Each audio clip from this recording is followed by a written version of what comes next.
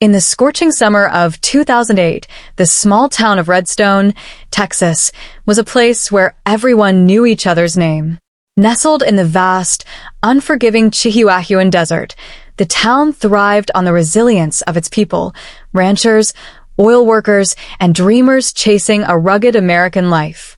Among them was Caleb "Cal" Whitaker, a 42-year-old rancher known for his grit, his loyalty to his land, and his love for his family. Cal was a man of routine, rising before dawn to tend his cattle on the sprawling 2,000-acre Whitaker Ranch, a legacy passed down from his great-grandfather. But on a blistering August morning, Cal vanished without a trace, leaving behind a town full of questions and a mystery that would haunt Redstone for years. Cal was last seen on August 12, 2008, driving his weathered Ford F-150 toward the northern edge of his ranch. His wife, Emily, said he'd mentioned checking a broken fence near an old oil well that had been abandoned decades ago. It wasn't unusual for Cal to spend hours out on the range, but when he didn't return by dusk, Emily grew worried. She called his cell phone, straight to voicemail. By midnight, she alerted the sheriff's department. Sheriff Dan Hargrove, a grizzled veteran who'd seen his share of desert mishaps, organized a search party by sunrise. Dozens of volunteers scoured the ranch, combing through sagebrush and rocky arroyos. Helicopters buzzed overhead, their blades slicing through the oppressive heat. But the desert kept its secrets. No truck, no tracks, no sign of Cal. It was as if the earth had swallowed him whole. Rumors swirled.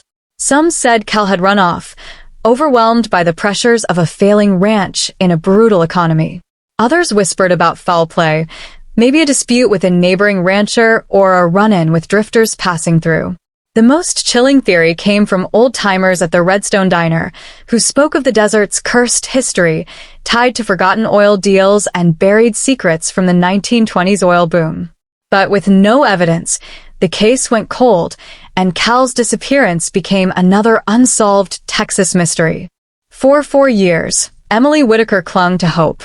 She kept Cal's boots by the door, his hat on the rack, as if he might walk back in any day. The ranch struggled without him.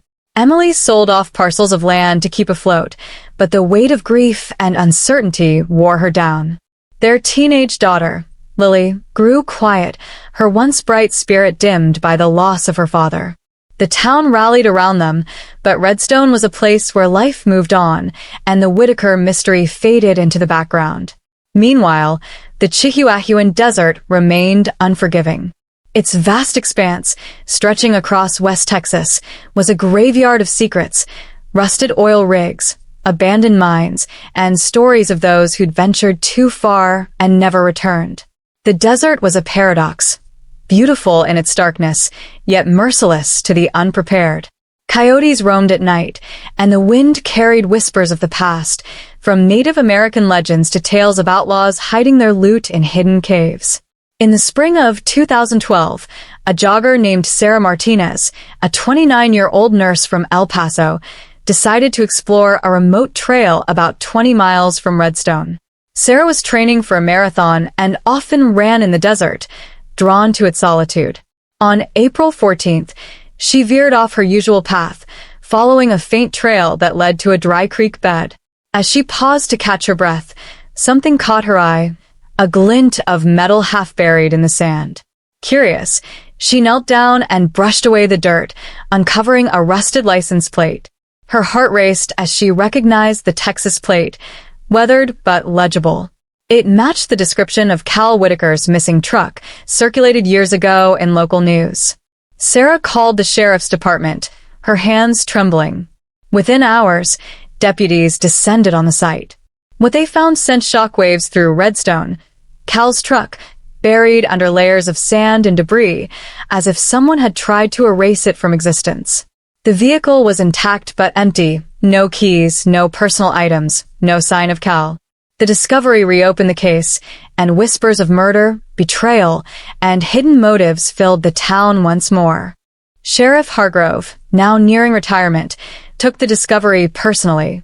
He'd failed Cal's family once, and he wasn't about to let the case slip away again. The truck was towed to a forensic lab in El Paso, where investigators found traces of blood in the cab, too degraded for DNA, but enough to suggest violence.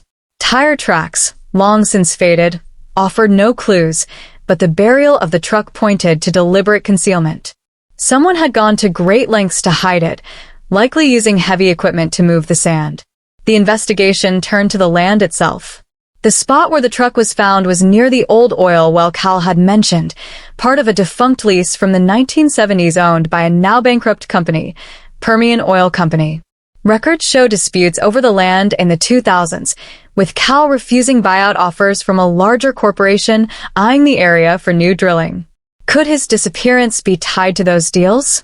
Hargrove dug into the company's history, uncovering rumors of shady practices, bribes, intimidation, even whispers of hired muscle to persuade stubborn ranchers.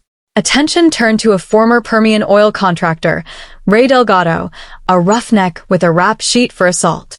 Delgado had worked in Redstone in 2008 and was known to frequent the same bar Cal visited. Witnesses recalled a heated argument between the two men weeks before Cal vanished, though no one could confirm the details. Delgado had left town shortly after, and tracking him down proved difficult. He'd bounced between oil towns in New Mexico and Oklahoma. Meanwhile, Emily revealed a detail she'd kept quiet. Cal had been researching the old oil well, convinced it was leaking contaminants into their groundwater. He'd sent samples to a lab in Austin, but the results never came back. Had Cal stumbled onto something dangerous? Environmental activist Ashley Watt's story, reported in Texas Monthly, echoed Cal's suspicions. Oil companies in West Texas had a history of covering up toxic spills. By late 2012, the case took a darker turn. A tip from a former Permian oil worker led deputies to a second site, a mile from the buried truck. There, beneath a pile of rocks, they found human remains, skeletal, weathered by years in the desert. Dental records confirmed it was Cal Whitaker. The coroner's report was grim. Blunt force trauma to the skull, likely from a heavy object. Cal hadn't just disappeared. He'd been murdered. The discovery shattered Emily and Lily, but fueled Hargrove's resolve. The former worker, granted anonymity, claimed Permian Oil had hired fixers to deal with landowners who resisted buyouts.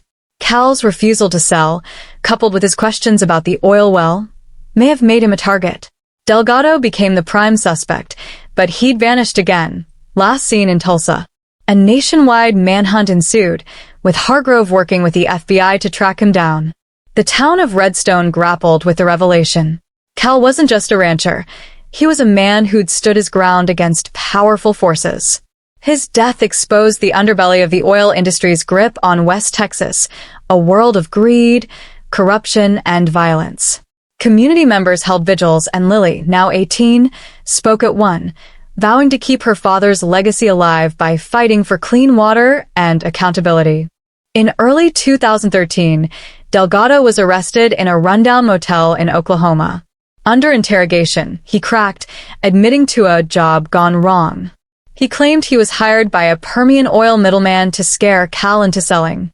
The confrontation escalated, and Delgado struck Cal with a tire iron, panicking when he realized Cal was dead.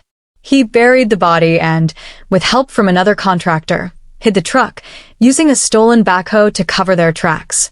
The middleman was never identified, and Permian Oil denied involvement, but the case sent ripples through the industry. Delgado was convicted of second-degree murder and sentenced to 25 years. Emily and Lily found some closure, but the bigger questions lingered. Was Permian Oil complicit, or was Delgado a rogue actor? The company's records were sealed in bankruptcy, and no further charges were filed. Emily sold the ranch and moved to Austin, where Lily studied environmental science, determined to honor her father's fight. The desert, silent as ever, kept its remaining secrets. But Cal's story became a legend in Redstone, a reminder that even in the vastness of West Texas, one man's courage could shine through the darkness.